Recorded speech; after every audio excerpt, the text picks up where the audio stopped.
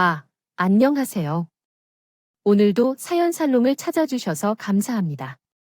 30대 중반인 저는 국내에 자리한 외국의 대기업의 연구소에서 근무하고 있어요.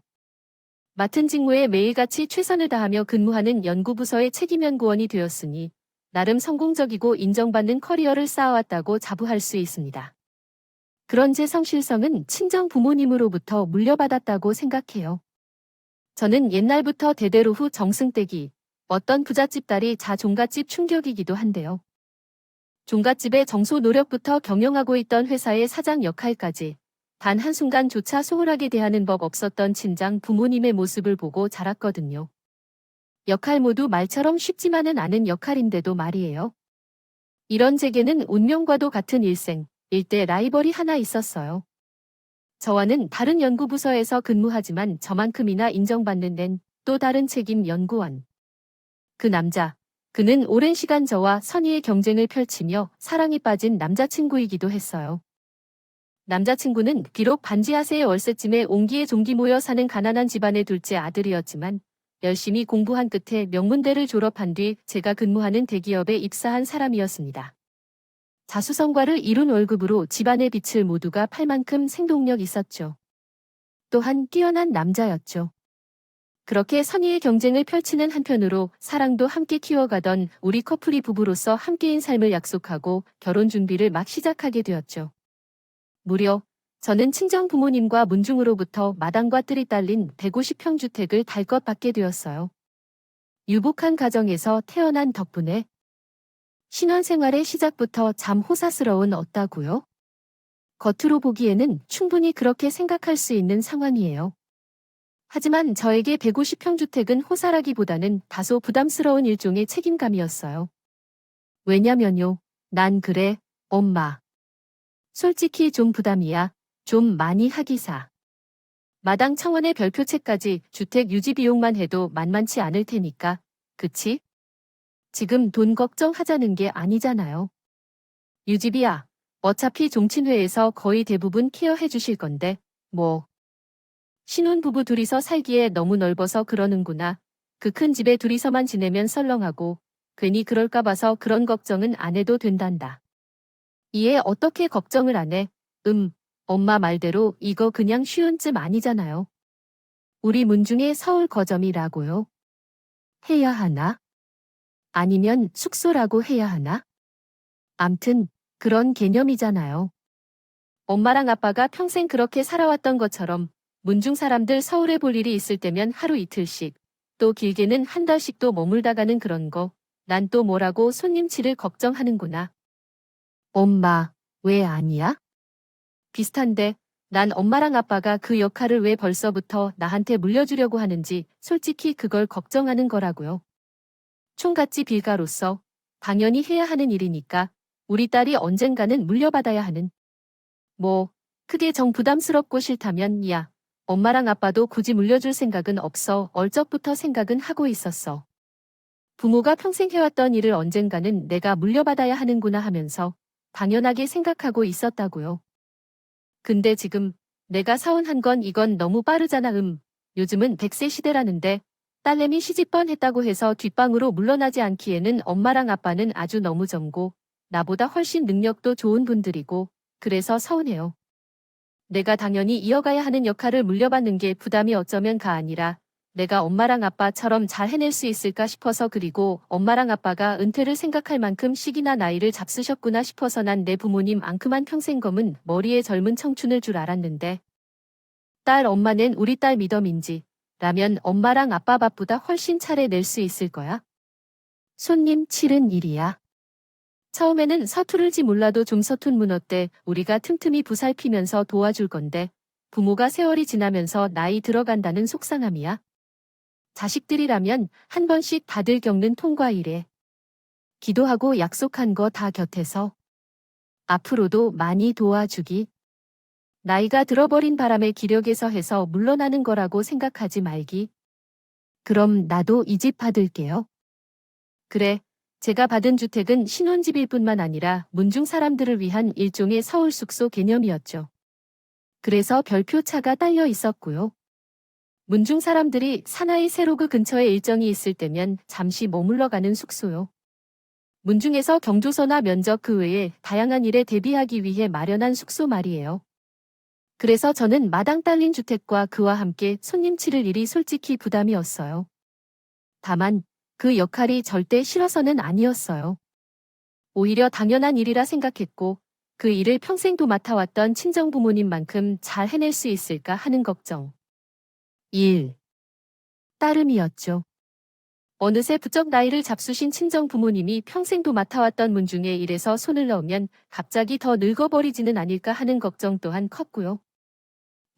문중의 보살핌 덕분에 부족함 없이 자랄 수 있었던 제가 결혼해 세가전까지 꾸리게 되었으니 그런 문중의 은혜를 갚기 위해서 도 제가 물려받을 역할이었어요. 또 그동안 문중에서 나름의 역할에 최선을 다해 도맡아왔던 친정 부모님의 짐을 덜어주기 위한 생각이 없고요. 예비 신랑도 저의 생각에 흔쾌히 동의해주더라고요. 그런데 예비 시댁 식구들에게 그 집을 신혼집이라고 처음 소개시키던 나, 한평생 가난 속에서 살아왔던 예비 시댁 식구들은 감탄을 금치 못했고 특히나 예비 시모는 아주 노골적으로 표현했어요. 저희 친정이 정확히는 친정 쪽 문중이요. 얼마나 재산이 많은 가문인지를 뒤늦게 깨달았다는 것을 제가 어떤 책임을 짊어져야 할지를 은제는 안중에도 없이 말이에요. 업무나 집이 참 좋구나. 이의 방도 널찍한. 이 채광도 좋고 마당에 청원까지 써서 그런가 공기도 남다르고. 어머저 펼쳐봐. 우리 식구들은 곰팡이 판자에 사는 처지라비어 미니 천식일이 달고 사는 데에 다행이네요. 아범, 이 살게 될지 비. 어머니 마음에 드는 것 같아서요. 들다마다 너무 마음에 들어서 패가 풀 지경이지. 사돈이 땅을 사면 배가 아프다던데 그게 바로 이런 기분일까?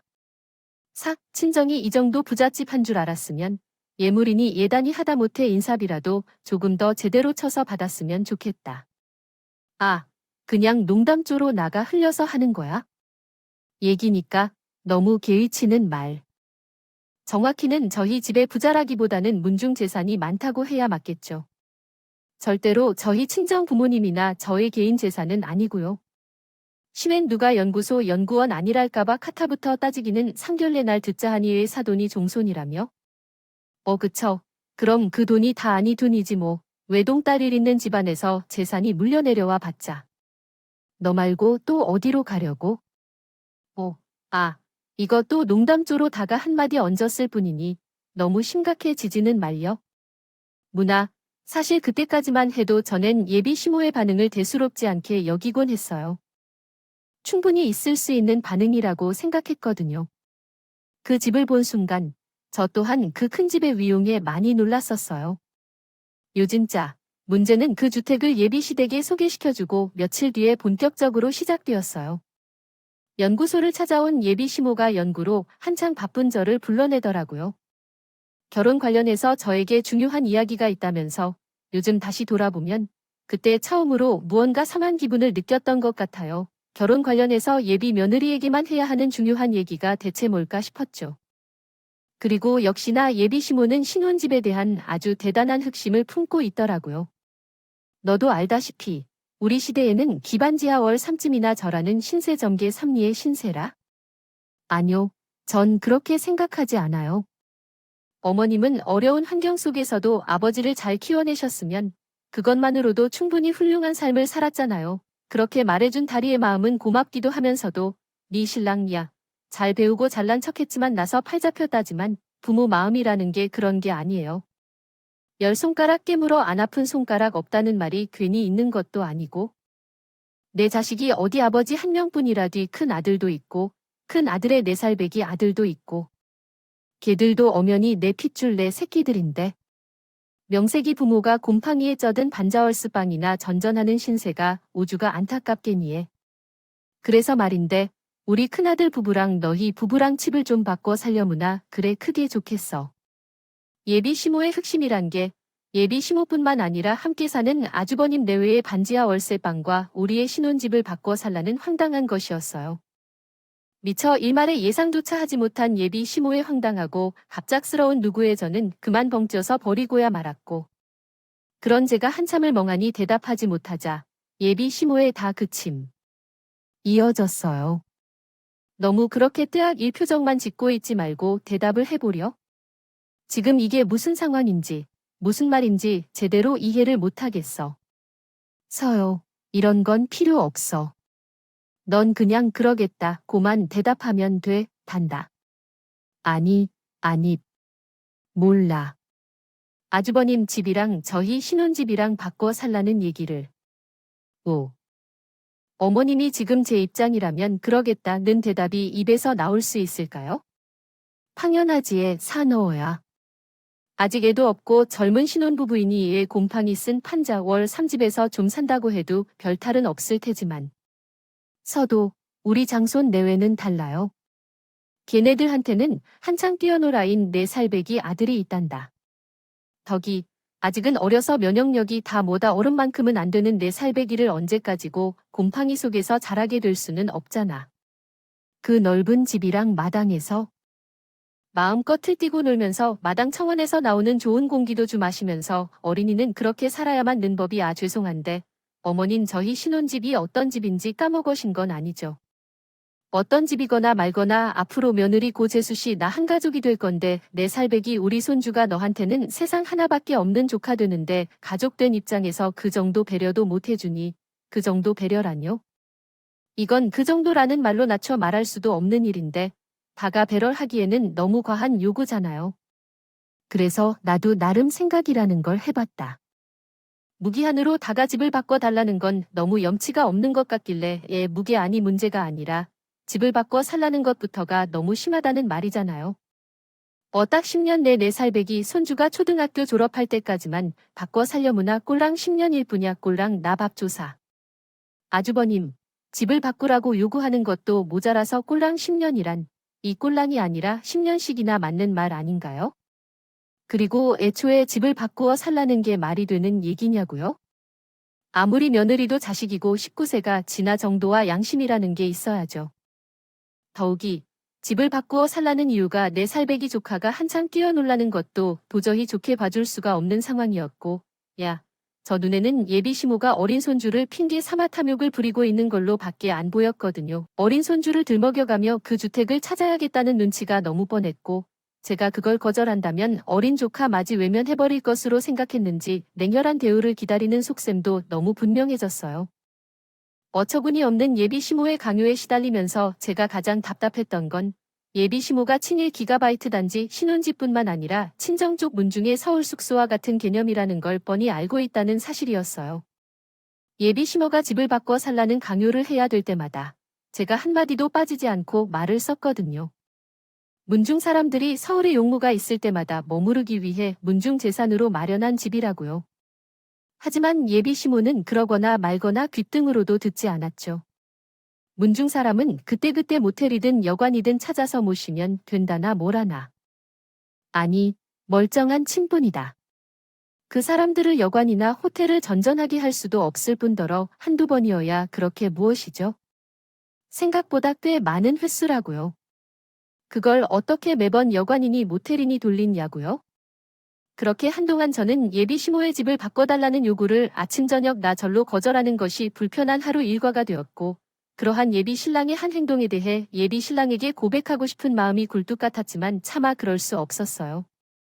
당시의 비신랑은 중요한 특허권에 걸린 핵심 기술 개발이 막바지였기에 예비 시모의 일로 괜히 마음 쓰게 하고 싶지 않았으니까요. 어린 조카가 곰팡이 많은 환경에서 지내는 게 정 마음에 걸린다면 아주버님, 내한테 친한 집에 남는 방을 줄 수는 있어요? 어머님, 이게 제가 양보할 수 있는 최선이고요. 우리 집 안장촌을 더불어 사시게 해드리겠다 말로만 총같이 입 좀 같이 패되더니 그놈의 종갓집에서 베어 먹은 꼬라지가 결국엔 그렇게 된 거라더니 더부살이가 아니라 그래요. 좋아요. 좋다고요. 10월쯤 남는 방에서 머물도록 해주는 게 더부살이라고 생각해서 싫다면 가끔 아주버님 내외랑 조카랑 언제든 신혼집에 놀러와서 힐링을 하고 가는 방향은 어떨까요? 어머니 말씀처럼 마음껏 뛰어놀기도 하고 마당 정원 좋은 공기도 좀 마셔가면서 요 문정 사람들 대접할 때처럼 최대한 정성껏 애를 다해 팔게요. 괜찮아요. 지금 반지하 월세방에 함께 살면서 시각적 보기 싫다고 일하는 건 무슨 말이 거기까지인 거예요? 제 딴에는 어머님이랑 시댁 식구들 배려하겠다는 거고 계속 말씀드렸잖아요. 단순한 신혼집이 아니라 문중 4월 숙소 겸 해서 받은 집이라 바꿀 수도 없고 그냥 단순한 신혼집이어도 집을 바꾼다는 건 말도 안 되는 데다가 아주버님 벌이로는 10년 동안 유지할 수 있는 주택도 아니라서 거절할 수밖에 없다고요. 네 말이라 내 말이나 뭐가 달라. 결국엔 아니란 얘기 받게 되니 차라리 솔직하게 말하면 믿지 않지예요. 여기서 더 솔직할 일이 뭐 남았나요? 정시애이랑 같이 살기 싫다며 내가 그 반지하 월세 방을 나갈래. 어머님 4살 배기 조카가 초등학교 졸업할 때까지만 양보해달라는 얘기도 싫다. 쌤이 모실고 싶은 눈치라서 내가 반지하 월세 방에서 나가줄게. 것도 싫다. 그럼 다 덜어 어쩌란 얘기니? 내 돈 깨나 만지는 집안, 발 이미 랍시고 가난한 시댁 식구들 업신여기는 것도 유분수지. 예, 제가 시댁 식구들을 무시했다고요? 무시하는 사람이 방을 내어준다는 이 언제든 놀러와도 좋다느니 그런 배려를 하나요? 아니잖아요. 그렇죠. 저는 가난한 시댁을 무시하는 것이 아니라는 말을 며칠씩이나 거듭 반복해서 가면서 예비 시모의 마음을 돌려놓으려고 무척이나 노력했어요. 최대한 상냥하고 조곤조곤한 말투로 하지만 제 딴에는 나름 큰 마음 먹고 제안한 절충 아니었음에도 불구하고 예비 시모는 매번 역정을 했어요. 부자랍시고 시댁을 얼마나 얕잡아봤으면 장손을 더부살이 시키라드냐는 등 부자랍시고 시댁을 얼마나 업신여겼으면 심어 말해. 따박따박 말대꾸를 하는 등 아무런 잘못도 없는 저와 친정을 이 구말 끝마다 못된 부자 눔 흉악한 졸부 취급이었죠. 평생에 가난하게 살아온 삶에 대한 피해의식과 가난 컴플렉스가 터져나온 모양이었어요. 그리고 급기야는 너 지금 일하는 행동이 사기 결혼이라는 거 알고는 그러는 거니? 사기로 지금 사기 결혼이라고 하셨어요. 사기가 어디? 사람 속에서 돈 빼먹는 것만 사기라고 부르는 줄 알아? 법적으로는 그럴지 몰라도 도덕적으로는 그게 아니다. 그만한 부잣집이라는 사실에 꿍꿍 감추고 허락받은 결혼 두어 일종의 사기라고 볼 수 있어. 애초에 숨긴 적부터가 없고요. 그리고 설사 어머님이 정확히 알지 못했다고 쳐도 그게 어떻게 사기가 되나요? 문중의 재산이 얼마나 되는지 하나하나 서를 챙겨서 검사라도 맡아야 된다는 얘기인가요? 친정이 구문 중이고 다 합쳐서 마당에 펼쳐 딸린 150평 주택가 떡하니 해놓을 정도인 줄 미리 알았더라면 이렇게 값싼 결혼은 치르지 않았을 거라는 소리다. 이거 사 아무리 못해도 우리가 받을 예단의 인사비에 최소한 10배는 더 받았겠지에 내 말은 그것부터가 이미 우리가 손해보는 결혼이라는 소리야. 이제 좀 이해가 됐냐?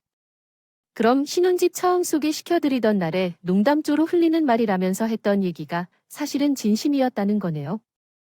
예단인 사비 제대로 쳐서 받을 걸 그랬다는 말부터 문중재산은 언젠가 반드시 제가 물려받게 될 돈이라는 말까지 전부요. 왜 대답을 못 하세요?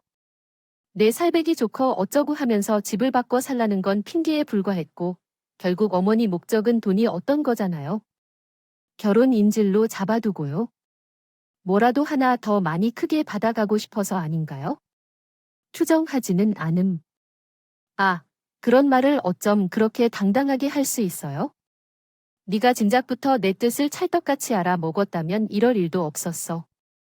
넌 그래 CM 입에서 끝끝내 돈 얘기가 직접 나와야 직성이 풀린다듯 어머님 뜻을 몰랐던 게 아니라 어머님이 이런 사람일 줄 몰랐던 거죠. 이런 사람인 줄 몰랐으니까 당연히 상상조차 할 수 없는 일이었고요. 후에 언젠가는 내 아들 앞으로 돌아오게 될 유산들인데 그거 좀 미리 땡겨봤자는 게 그렇게 국가보다냐? 그게 왜 신랑 유산이 되는 건가요?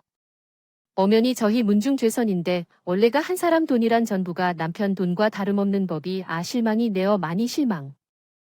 이구 나발이고 똑똑히 들어 가난한 시댁 무시한다는 소리 듣기 싫고 반지하 월세방에 바꿔 살기 싫다면 요시 댁한테 똑같이 마당 딸린 주택을 하나 사놓고 결혼을 하든가 아님 평생을 들고 끼며 살던가 그제서야 예비 시모에 대한 퍼즐을 맞춰 지더라고요.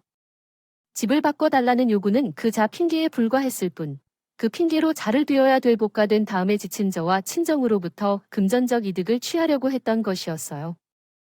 일단 퍼즐이 맞춰지자 예비 시모를 제대로 알게 되었고 처음에는 아무리 돈 욕심에 눈이 멀어 키로선이 마당 딸린 집 한 채는 너무 과한 요구 아닌가 싶었던 물음표가 어쩌면 진짜 저 집을 원하는 게 아니라 그 집을 협상의 카드로 쓰려고 하는 거구나 하는 느낌표로 맺혀거든요. 제가 파악한 예비 시모의 황당한 협상 방식은 이랬어요. 일단 집이라는 큰 조건을 걸어둔 뒤에 그 큰 조건에 부담을 느낀 자와 친정이 절충안을 제시하면 못 느끼는 척 뭐라도 뜯어내려는 속셈 일터였죠. 이를테면 그 큰 집이 아닌 아파트를 제안하더라도 아니면 예단을 명품으로 쫙 깔아주겠다고 제안하거나 하다못해 외제차라도 한 대 뽑아주겠다고 제안해더라도 예비 시모는 저희의 사정을 감안해 어쩔 수 없이 제안을 받아들이는 척 생색은 생색대로 내가면서 챙길 건 또 다 챙겨갈 생각 이미 분명했어요. 역시나 예비 시모는 마당 딸린 집으로 어거지를 쓴 이유로 한동안 며칠을 새 예물과 사매단을 알아보았다며 사진을 보내고는 하더라고요. 결혼을 빌미로 금전적 이득을 단단히 취하려는 도둑놈 심보를 마침내 고스란히 드러낸 거죠. 상황이 그렇게 되자 저는 예비 시모의 흑심을 혼자서는 감당할 수 없게 이르렀고 마침 특허권에 걸린 핵심 기술 개발에 성공하고 결혼식도 올릴 겸해서 한동안 휴가를 받은 예비 신랑에게 모든 사실을 고백하며 부탁했어요. 예비 시댁에게 마지막 갱생의 기회를 주겠다는 차원에서 예비 시모가 돈 욕심에 빠져 있으니 당신에 한번 말려달라는 부탁이었어요. 그러자 분노한 예비 신랑은 대번에 예비 시모를 찾아갔고 두 마디 안 해요. 처가댁에서 10원 한 장이라도 뜯어날 생각하기만 해. 누가 그러 위에 네 처가 그러 뒤에 내가 돈 욕심 때문에 몹쓸 짓이나 하고 다니는 속물이라고. 속물이 네 뭐니 그런 얘기 한 적 없어요.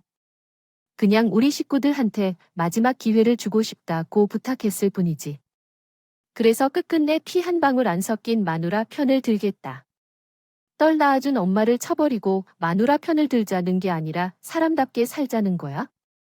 너은 지금 우리 식구 꼬라지가 사람답게 사는 걸로 보이니 허구헌 나 곰팡이나 쓸어있는 판자 월세방 반전 전하는 우리 처지가 크게 지금 자식 새끼 입에서 나올 얘기냐고 유감인데 엄마, 난 자식으로 할 만큼 다 했어요.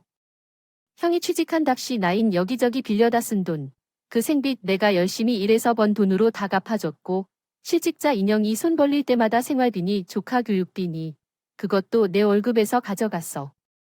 짠, 그동안 크게 모자라요. 아직도 부족해. 내가 뭘 더 어떻게 해야? 그 노매의 존심이 사라지는 건데 엄마랑 형은 스스로 가난을 극복할 생각 같은 건 없냐고요. 두 마디 안 한다고 했죠. 다시는 엄마하고 이런 얘기할 기회가 없을 거야? 그땐 엄마도 나도 진짜 끝장나는 거니까. 끝자. 무슨 끝자? 엄마랑 안 보고 살겠다는 끝자. 엄마가 한 번만 더 돈 바라고 그 사람 괴롭히면 나이 결혼 안 해. 그 사람한테 미안해서라도 못해 자식 아낄 막은 부모가 그 자식과 세상으로부터 어떤 원망을 받으면서 살게 될지는 굳이 내 입으로 말 안 해요. 그날 예비 시모에게 쏘아붙이는 예비 신랑의 모습은 제가 본 처음으로 분노가 한껏 담겨 있었고 덕분에 예비 시모가 잠잠해지면서 돈 욕심으로 인한 일련의 사건들은 일단락되는 것만 같았어요. 얼마 뒤 신혼양을 마치고 신혼집으로 돌아온 저희 부부는 경악하고 야 말았어요. 시댁 식구들이 신혼집에 눌러앉아 살고 있었거든요. 안방은 15차즈 사방이 내 살배기 조카의 장난감이니 낙서니 하는 것들로 아주 난장판이었죠. 아주버님은 왔으면 술상부터 내오라며 벌써부터 시집살이를 시장하려고 들지를 않나. 블러쉬 형님은 아주버님 옆에 착 달라붙어 나는 생과일 주스 외치지를 않나. 스택톤, 한 푼 없이 오직 친정 부모님과 문중에 재산으로 마련한 신혼집과 혼수들 전부 자신들이 주인들이라는 행세를 부려다쳐 경악한 저희 부가 대체 이게 무슨 짓이냐고 따지거나 말거나. 예비 시모는 뻔뻔하게 되려 어깃장을 부렸어요.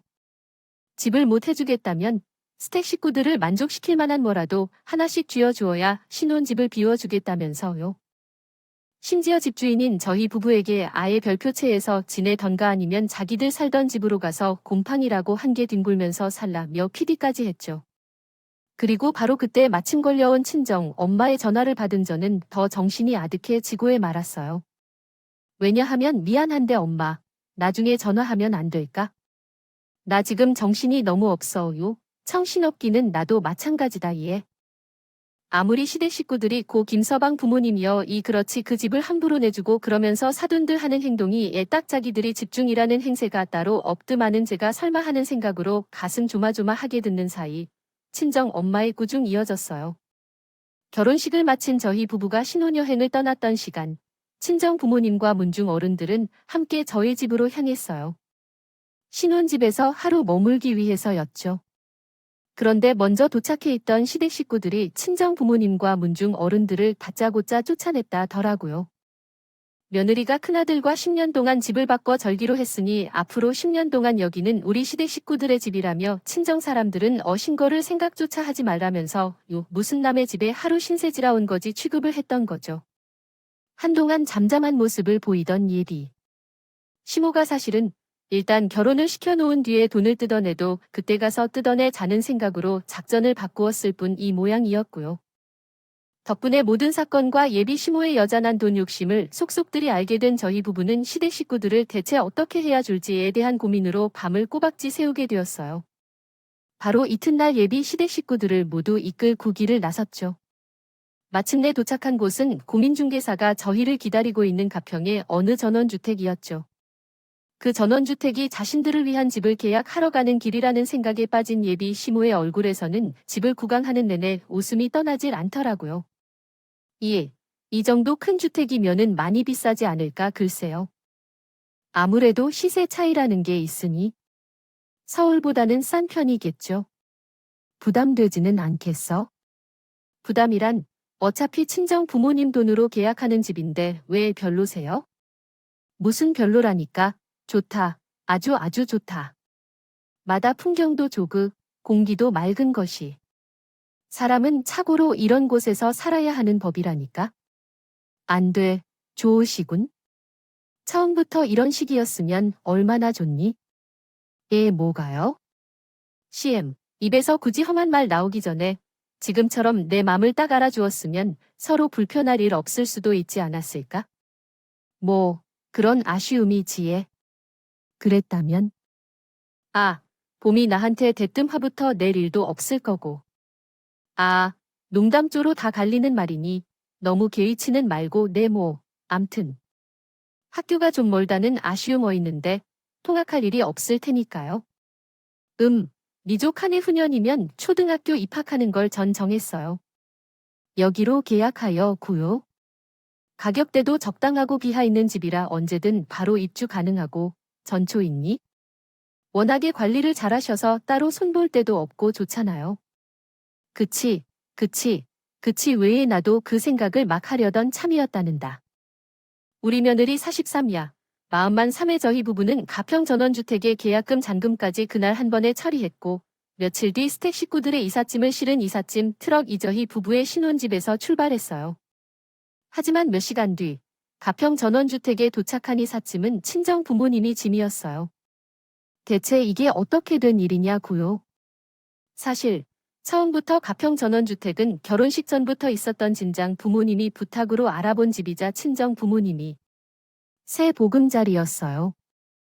외동딸인 저를 결혼시키고 서울 거점의 역할까지 물려준 친정 부모님이 이제는 한적한 전원주택에서 자연을 벗삼아 즐기고 싶었거든요. 집값도 당연히 친정 부모님께서 낸 것이었고요.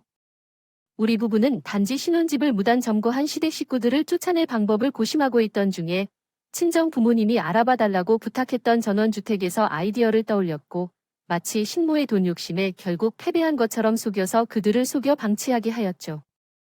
당연히 가평 전원주택에는 집주인인 친정 부모님이 이사갈 채비를 하던 중에 삼총사들의 이삿짐 전에 사셨던 반자월세 세 채짜리로 인사 들어간 거였어요.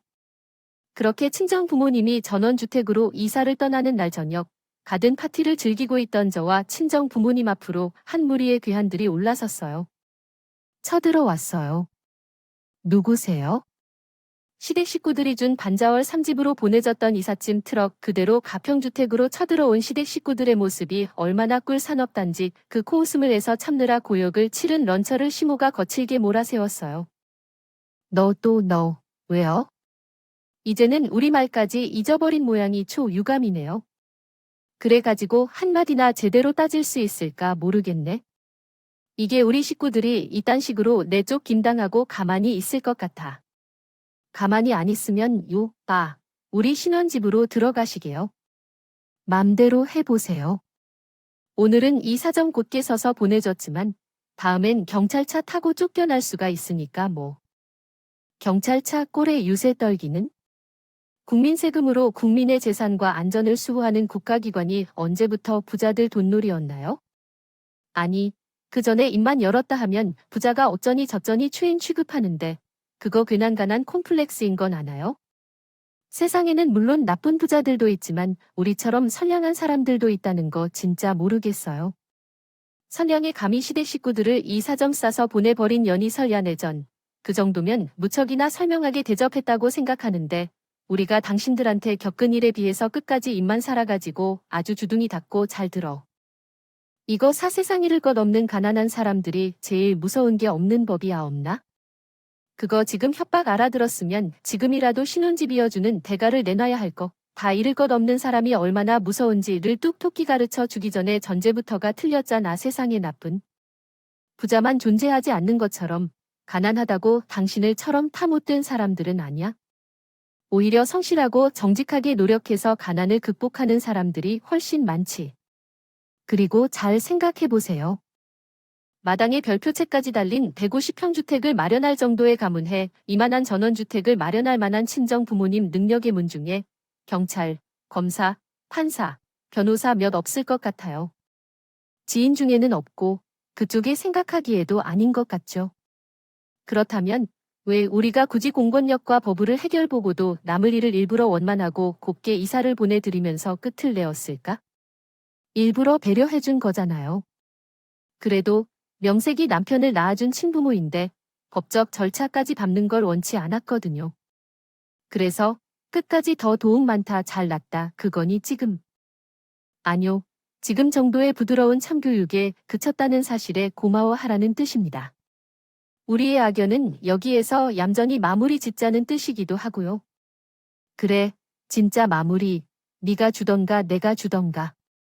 우리가 살아온 세상은 법보다 주먹이 가까운 법이야. 이거야. 신호가 그렇게 외치자 줄곧 이를 박박 깔며 말다툼을 지켜보고 있던 아주버님이 자와 친장 부모님에게 달려들었어요. 바로 그 순간 남편이 데리고 나온 무언가를 본 식구들이 주춤주춤 뒷걸음질 치더니 끝내 서로 뒤엉켜 굴러가면서 꼴사납게 도망치고 말았어요. 시댁 식구들이 오줌까지 지를 지경 오르겁에 질린 채로 도망치게 만든 무언가는 친정 부모님의 새끼 때부터 정성스레 키워왔던 충견이었죠. 대대로 저의 문중의 수월심이 되어 주었던 순혈, 진돗개 5마리 말이 없고 그 든든한 수호신 덕분에 시댁 식구들은 다시는 저와 친장 주변에 얼씬조차 하지 못하게 되었습니다. 친정 부모님과 가문의 수호신, 순혈 진돗개 5마리 형제들과 함께 뛰어놀며 여유로운 전원 라이프를 즐기고 있어요. 반면 시댁 식구들은 여전히 월세 신세라고 하더군요. 그나마 근래의 집값이 많이 오른 탓에 월세와 보증금을 올려줄 돈이 없어서 조만간 거리에 나앉게 되었다고 해요. 그런 시댁의 소식을 들으면서 저희 부부는 이래서 사람은 평소에 착하게 살아야 한다는 거구나 싶더라고요. 시댁 사람들이 저와 친정에서 금전적 이득을 갈취하려 들지만 않았더라면 며느리 자식된 저희 부부와 친정 부모님들이 누구 하나 시댁의 어려움을 가만히 지켜만 보지 않았을 테죠. 그 복을 스스로 걷어찬 사람들은 스택 식구 본인들이 어떤 셈이고 괜한 돈 욕심의 날 강도와 다름없던 짓거리를 벌리다가 결국에는 자신들을 수랑으로부터 구해줄 마지막 동아줄마저 스스로 잘라내어 버린 꼴이니까요. 앞으로도 남의 것을 너무 탐하지 말고 어려운 사람들을 잘 도우며 좋은 사람으로 살아야겠어요. 그렇게 살다 보면 앞으로 태어날 아이도 잘 보고 배우면서 자랑하겠죠. 제 이야기 들어주셔서 감사합니다. 오늘도 따뜻하고 고운 하루 되시길 바랍니다. 여러분, 사연 댓글에 응원과 현명한 조언 부탁드려요. 좋아요와 구독은 저에게 큰 힘이 됩니다. 오늘도 좋은 일 가득하세요.